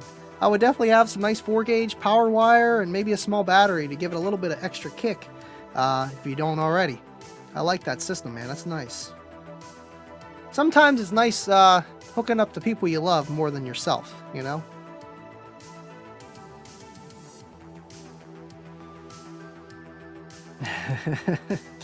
You guys are getting crazy in here. But absolutely, man. I mean, it's been an hour and 55 minutes. And you guys have all been lovely. We'll definitely do this next Friday. I don't have any plans other than Rolling Thunder. And then, oh, wait a minute. Kicker Unmasked is Tuesday. You guys got to tune into that. That's going to be fun. It's their 1-year anniversary. And I just want to say thank you guys for having me on there, too. And Scott and everybody else for having me on the Rolling Thunder podcast. It's always a blast doing car audio stuff. But yeah, you guys have a good weekend. I'll have a video uploaded for Thursday, which is going to be a crazy week again. But thank you guys for watching. And stay living loud, everyone. Be easy and have a good night. Stay warm. It's getting cold out there. And have a good one. I'll see you guys next time.